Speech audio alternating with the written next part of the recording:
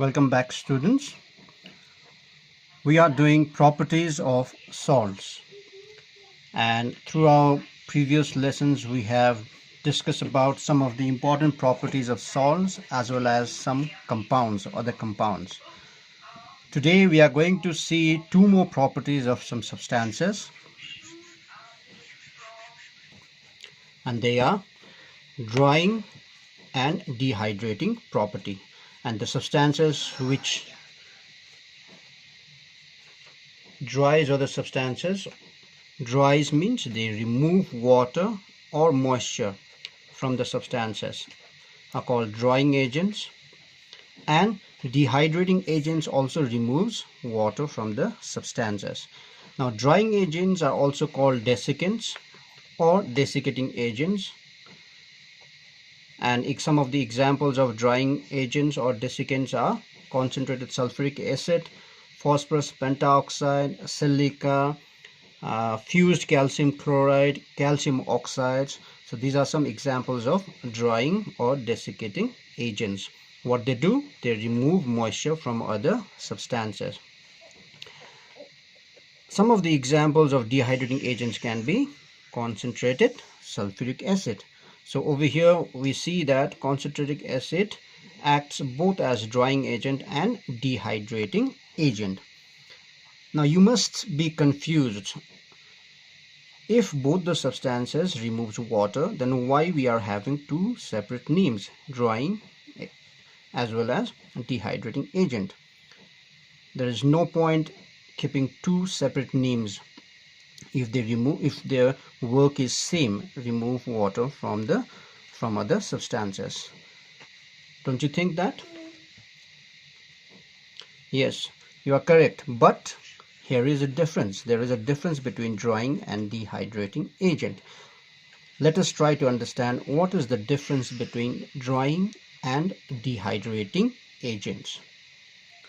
Now let us see the difference between drying agents and dehydrating agents.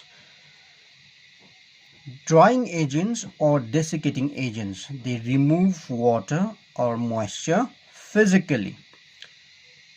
What do we understand by this? This means that if the water is present in any substance, water molecules are already present, then what this drying agent will do, they will remove the water which is already present in that substance, making it dry. For example, we have learned in the preparation of ferric chloride salt. Let us go back to that class. In the laboratory preparation of iron 3 chloride, we discussed that the iron chloride which is produced is kept in a closed bottle, and what do we also keep over there? Fused calcium chloride. What was the purpose of this fused calcium chloride? It will absorb moisture if present in the bottle, so that iron 3 chloride remains dry. But if there are no water vapor present inside the bottle, then we don't need to put calcium chloride, but we have to make sure that the cork of the bottle is perfectly tight. So we use fused calcium chloride to absorb moisture if there are present in the substance. Okay boys, so calcium chloride is an example of drying agent. For example, if we have calcium chloride, and say suppose in this calcium chloride we have some water molecules over here. So suppose water molecules are present in the surrounding.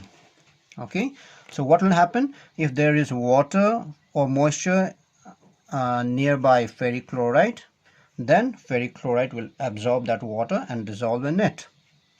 So in order to keep this iron chloride in solid form, what do? We keep fused calcium oxide or calcium chloride. So these are, what do? They will absorb, they will pull this water molecule, they'll pull this water molecule towards themselves, so that ferric chloride becomes dry. So this is the substance.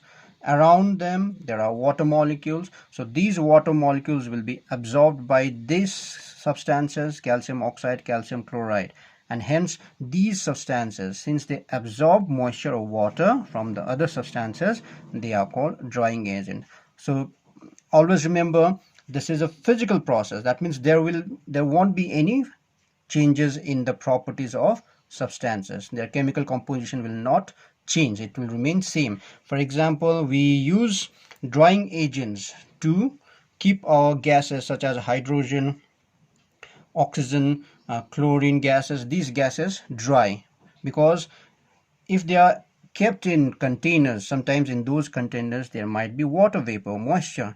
So to keep these gases dry, what do we use? We use drying agents. So what does the drying agent do? They will keep this. If there are water over here, moisture over here, these moisture will be absorbed, will be removed by drying agents, and at the end what do we get? We get dry gases such as hydrogen, oxygen, chlorine, etc.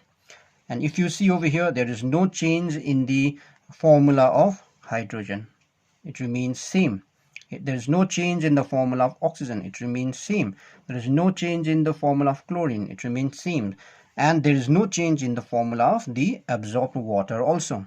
Therefore, since there are no new substances produced after the water has been removed, this process, the process by which drying agents remove water from other substances, is a physical change. Now let's move to then dehydrating agents. Now dehydrating agents also removes water or moisture from other substances. But how do they remove water from these substances? Now these dehydrating agents, what they actually do, let's take an example, it will be more clear to you. Let's take an example of glucose. Let's say glucose is C6H12O6. Now if you see glucose, this is, yes, glucose. If you see this glucose, now do you see any water molecule in this glucose?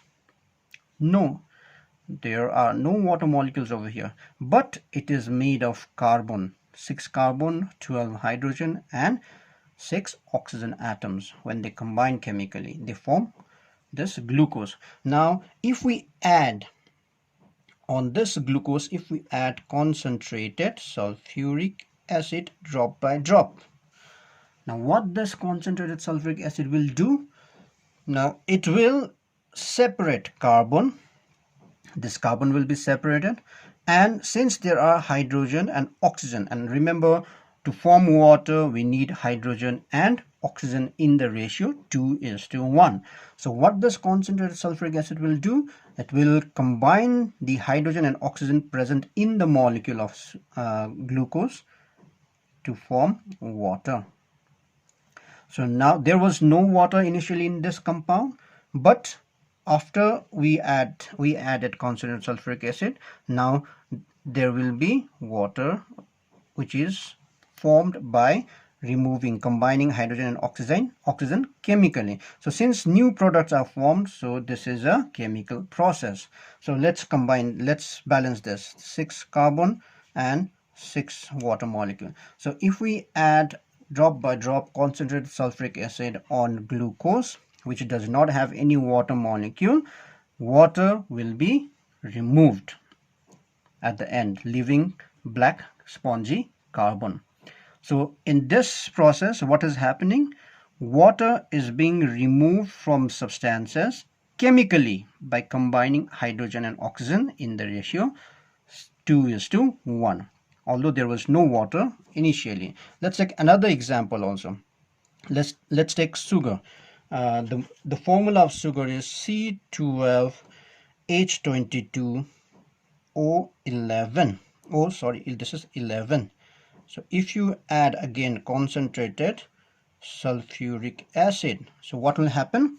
Now it will separate carbon and combine hydrogen and oxygen in the ratio 2:1 to produce water. Now let us balance this. So 11 and this will be 12. So if you add concentrated sulfuric acid on sugar, then 11 molecules of water will be removed. And remember, sugar does not have any water molecule present in it, but it has hydrogen and oxygen. So dehydrating agents removes hydrogen and oxygen from the compound which has hydrogen and oxygen, combine them chemically in the ratio 2:1 to produce water. So such substances which removes water chemically are called dehydrating agents. So drying agents remove water or moisture present in the substance physically, whereas dehydrating agents removes water or moisture chemically, combining hydrogen and oxygen in the ratio 2:1 from the substance. So this is a drying agent is a physical undergoes physical change, whereas dehydrating agents brings about chemical changes. Is that clear, boys? Let's take another example also. Let's take another organic compound, alcohol, C2H5OH. This is ethanol. If we add concentrated sulfuric acid to ethanol, what will happen? Now this concentrated sulfuric acid is a dehydrating agent. So what it will do? It will remove hydrogen and oxygen in the ratio 2:1 to produce water. Now here we can clearly see that there are no water molecules present, but it has hydrogen and oxygen, which are the basic elements necessary to form water. So it will form water. Okay, so it needs how many hydrogen? It needs at least 2 hydrogen. So this 1 hydrogen and 1 from here and 1 from here gets removed. So H2 and 1 oxygen. This oxygen also gets removed. So H2O. So H2O water is produced. Now what will be left over here? 2 carbon and how many hydrogen from here? Out of 5, 1 has been taken over here to form water. So 4. So this will be C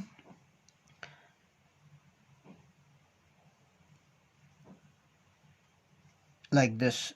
So this will be a double bond compound ethene.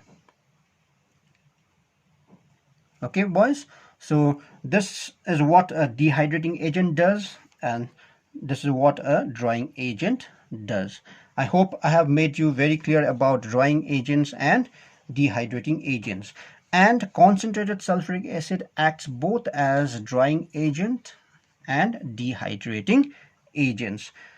Okay, boys. So concentrated sulfuric acid is that kind of substance which acts both as drying agent as well as dehydrating agent. And do not get confused with dehydrating agent and hygroscopic substances.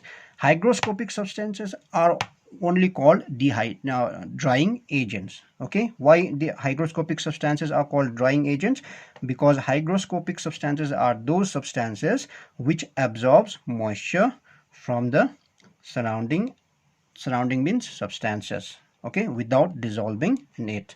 That's why quicklime is a hygroscopic substance as well as drying substance. Silica gel is also a hygroscopic substance as well as drying agent. Am I clear, boys? So this much for today. I want you to refer to your textbook, go through the differences between drying agent and dehydrating agents, learn their examples with their common name, chemical name, as well as their formulas. This much for today, boys. Take care, stay safe, and do all things well.